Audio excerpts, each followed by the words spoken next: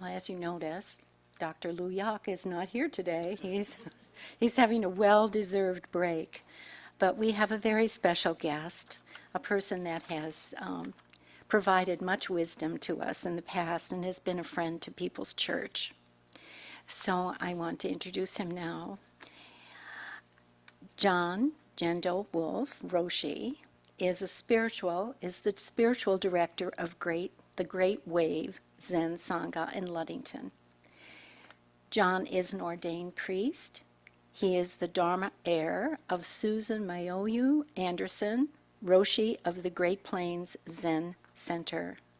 So please let us welcome John Jendo Wolf.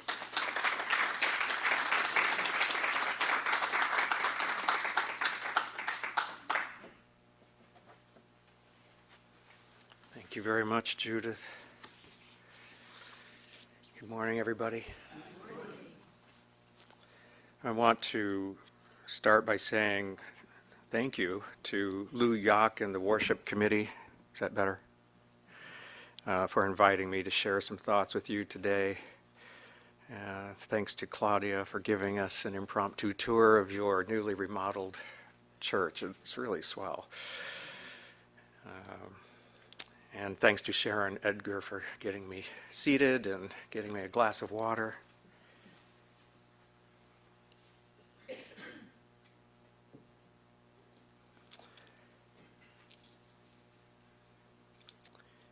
I have it on good authority, okay, it was Lou, who told me that there's been a lot of suffering in this congregation as a consequence of a recent event. Do I need to spell it out?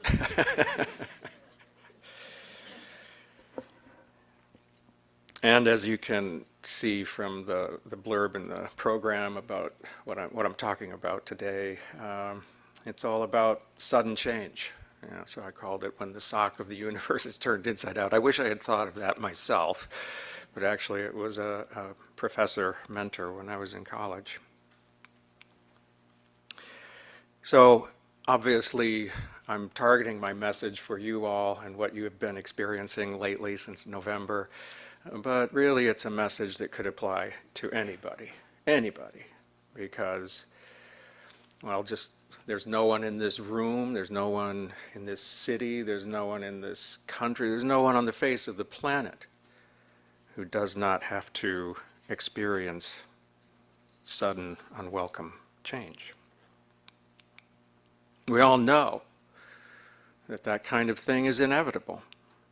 It's just a fact of the human condition. Yet, despite knowing that, we often struggle in the face of it, not always being terribly clear about how we should act or speak or even think. So what can we do when the sock of our universe suddenly disappears or is turned inside out? We're handed some other world that we did not invite and do not like. When we're so rattled, shaken, so down, so defeated, that despite others' encouragements to keep on fighting the good fight, we can't even get off the couch.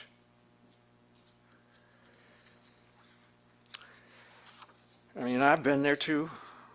It just so happens that yesterday was the 9th anniversary of my son's death in an apartment fire. And let me tell you, that was one hell of a destabilizing moment of change for me and my family, to say nothing of my son. I was so shocked that for like 2 weeks I was in a perpetual state of amnesia. I couldn't remember what I had just said 10 minutes earlier to somebody. I knew I'd talked, couldn't remember what I said. I was on autopilot like a lot of people are when they're in grief.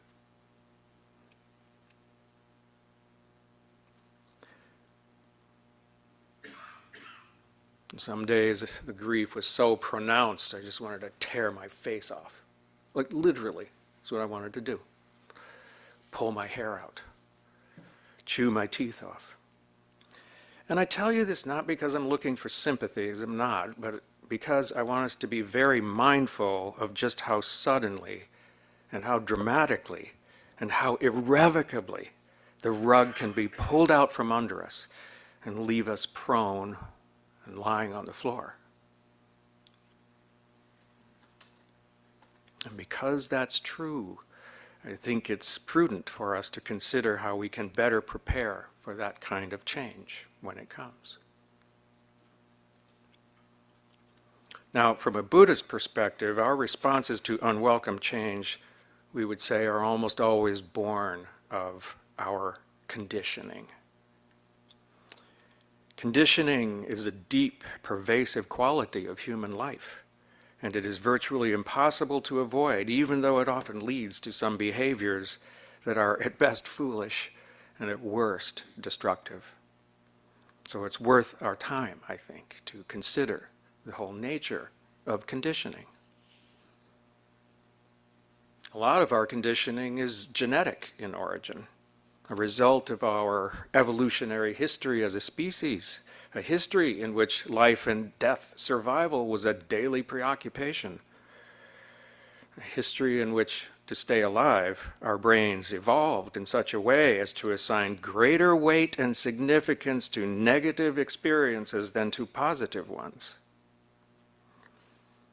It's estimated now, because we have science, that negative experiences are about 5 times more potent than positive ones.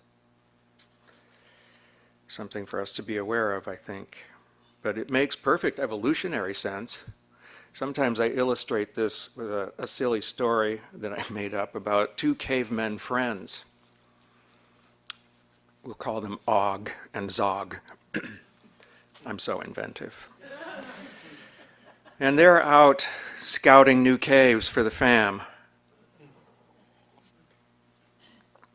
And suddenly, Og is attacked and killed by a cave bear. Zog sees that. And this grisly experience, sorry, couldn't help it. This grisly experience sits very heavily in Zog's mind, what happened to his friend, so that in the future, whenever he's around caves, he's hypervigilant, always looking around. And as a result of his hypervigilance, he avoids suffering a fate like his friend Og, and is thus more likely to pass on his genetic legacy. So it makes sense that we weigh negative experiences more heavily. Makes sense from an evolutionary perspective.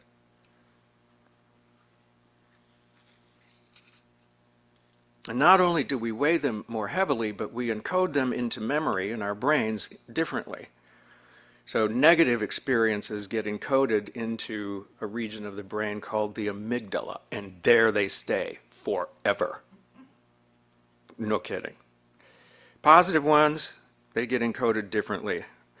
And we can have like a positive experience and years later have a similar positive experience, but we don't necessarily remember the first one. Not so with negative ones.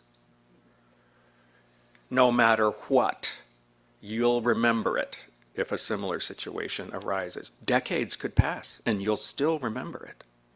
It doesn't go away.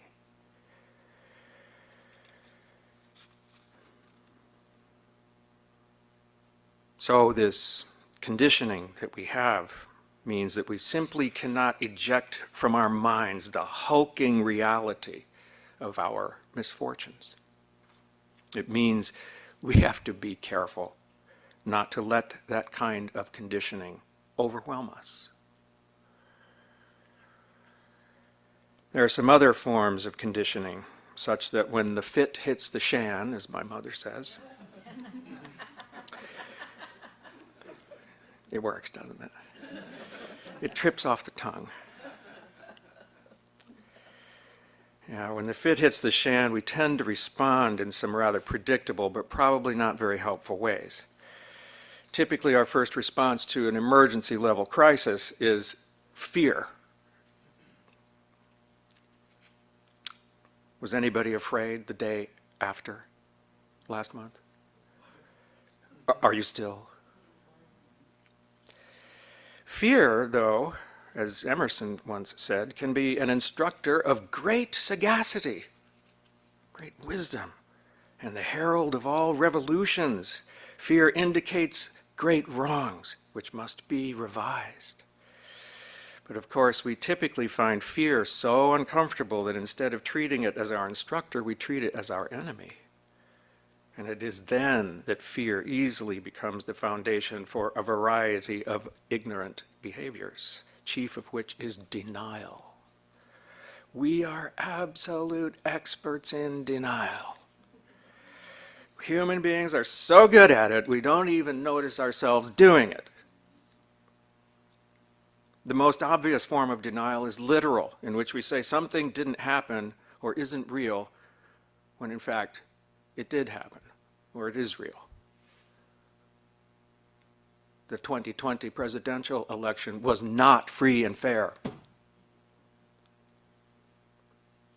Just deny it. In another form of denial, we accept that something unpleasant is real, but we deny a realistic interpretation of it, choosing instead to deliberately cloak that nightmare that's haunting us with positive vibes, silver linings, and glass half full platitudes.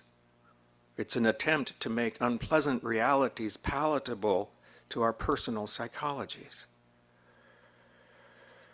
And it's here, in this interpretive denial, that we find the phenomenon of hopium, a drug that makes us believe that things are not as bad as we thought, that all we have to do is think positively and we will be able to restore our circumstances to their former glory.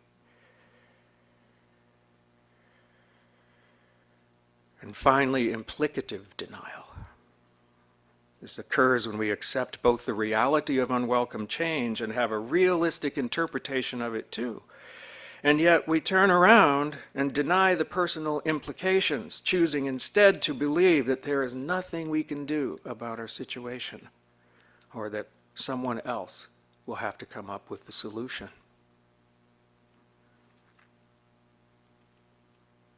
In addition to fear and denial, we may react to unwelcome change with anger and blame. Anger is a common emotional response when one is threatened with or experiences loss. It's quite common. The loss could be the loss of an election, but it could be the loss of property, the loss of wealth, the loss of a loved one, the loss of one's dignity. What about the loss of a way of life? What about the loss of an idea? Even the loss of meaning itself. And I'm not particularly proud of this, but when I was, 18 or 19, I was a freshman at the University of Michigan, and the only lit course that was open for me to take was a 400, 500 level course in contemporary or modern novels, something like that. I had no context, I had no clue, nothing to work on with, it was just diving in. And I was assigned to read Robbe-Grier's La Jalousie. And I read and nothing happened. I kept reading and reading. I thought, my God, this guy does not know how to tell a story. Nothing's happening. I'm about 3/4, 4/5 of the way through, and I'm thinking, okay, I get it now. It's going to be like O. Henry. There'll be some big surprise ending at the end that'll make it all worthwhile, the big payload. And I'm getting dangerously close to the end, and still nothing. And I read the last page, and there was nothing. I read this whole book, and there was nothing. And I threw it at a picture window. And I absolutely wanted that window to break. Fortunately, it was a paperback. So it just went thump, kind of like my mind. Meaning had gone away, and I was mad. Do you see? Now, along with anger, we sometimes react to unpleasant changes with various kinds of grasping, avarice, hoping that by getting something more for ourselves, we will be insulated from the consequences of unpleasant, threatening realities. Chaos is at your door. Better get your passports. Better reallocate your investments conservatively. All of these conditioned responses, fear, denial, anger, avarice, and many others, are perfectly natural, perfectly understandable. So if you found yourself responding in these ways to the upheavals in your life, don't beat yourself up. That's not going to help. There's nothing wrong with you. But that said, there is nevertheless a problem, because none of these conditioned reactions to disruptive change are very satisfying. Ultimately, they're all like trying to scratch an itch on your foot without taking off your shoe. And things get worse because when they fail to assuage our suffering, it seems that our only recourse is to try them again in the vain hope that we will get a different result. You've heard that one before, right? The definition of insanity. It's like drug addiction. The drug is never perfectly satisfying. So one uses ever more of it, hoping for a final, truly satisfying high that never comes. So what can we do differently when faced with terrible, shocking, decentering change? What can we do in the face of unwelcome change that will allow us to act from a different place than these conditioned reactions?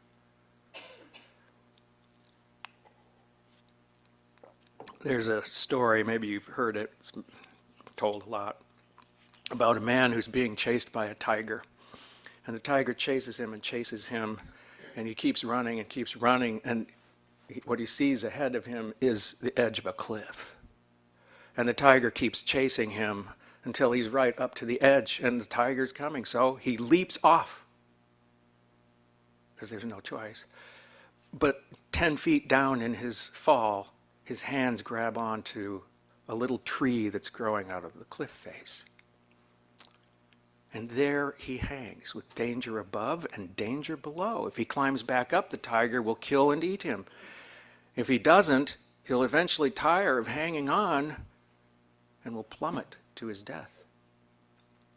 But then, all of a sudden, he sees some beautiful, luscious, ripe strawberries growing at the base of the tree. And he hangs on with one hand and picks and gobbles down the delicious berries. So, to be honest, I find the story a bit simplistic, but I think the point is a valid one.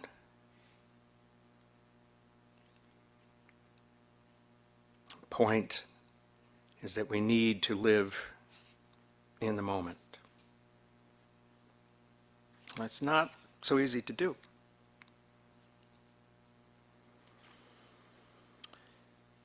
We need to be present to the moment we're in, not the moments we're not in. When we spend our time ruminating on things that we're not currently living, then we're really not living our lives to the fullest, are we? Some might say we're not living at all, except in our heads. We miss our whole lives while we're busy thinking about other things. But when we seriously consider what it might be like to live in the moment, it's very hard to see whether it's even doable. Can you live in the moment, moment by moment, and form even a single thought? At first blush, living in the moment may seem rather impracticable, maybe impossible, but it's really not. It's just something that you have to learn how to manage, something you can do as a practice. In the Zen world that I'm from, we call it Zazen, or seated meditation. It's something we learn how to develop as a skill.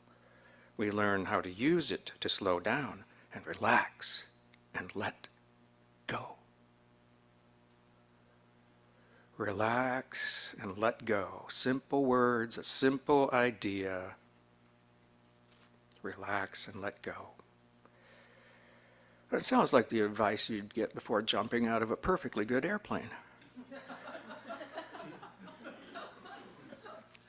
Or it can sound like a recipe for complacency. A lot of people think that's what it is. Yeah, just sit on your hands while everybody else does the heavy lifting. But what it really means is that you temporarily suspend the discursive activity of your mind by focusing on just one thing and one thing only. Could be a tiger, could be strawberries. More likely it's your breath. And in doing that, the flow of conditioned thinking ceases. Ultimately, the mind goes quiet long enough that you enter a world in which there is nothing at all. The sock of the universe is neither inside out nor right side out. There's no sock. There's just this.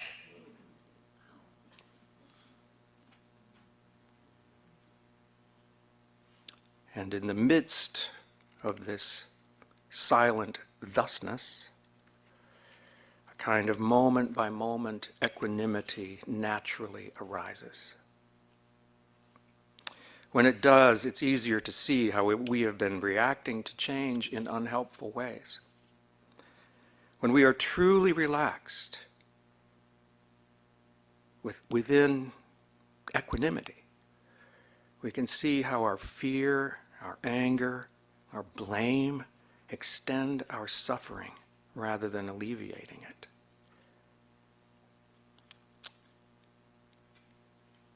Here's a thought. See if you can hear the fear and the anger and the blame in it. How could you have voted for that man? How could you be so foolish as to vote for that misogynistic, pathological liar? That person who has committed multiple felonies, rape, and dreams of holding totalitarian power. How could you? Do you hear it, though? And when we see the fear, anger, and blame in that and can acknowledge it instead of denying it, well, then we have a chance to do something about it. We can at least try to avoid thoughtlessly falling into those patterns again. But there's more. If you slow down enough, if you relax enough, you discover that there is an even deeper layer of conditioning that produces the negative emotions that I've been talking about. We have to turn our light inward and go down deep in our lives. But what we discover there is the source of those conditioned reactions. They all arise from a very fundamental denial about the true nature of reality. And until we reckon with it, we will always be subject to the suffering that goes along with the momentous changes in our lives. This fundamental denial or fantasy really amounts to believing that some things are or should be beyond the reach of the law of impermanence. Nothing lasts. Nothing. While our senses and intellects and experience all tell us that nothing lasts, we nevertheless cling to a delusional notion that some things surely must have an enduring nature. I hope it's me. And when it turns out that the things we desperately want to hold on to come to an end or change, we suffer. We suffer, we react with fear and anger and blame and denial and all the rest, but we don't have to live with that. We can change things little by slowing down, relaxing, turning our light inward, and finally cutting the roots of that fundamental delusion. Sometimes we use the word ignorance. And what comes of this is a tremendous, often overwhelming sense of relief. It's to awaken to the fundamental groundlessness of being. It is to discover how free we really are, that we never need feel trapped by our circumstances.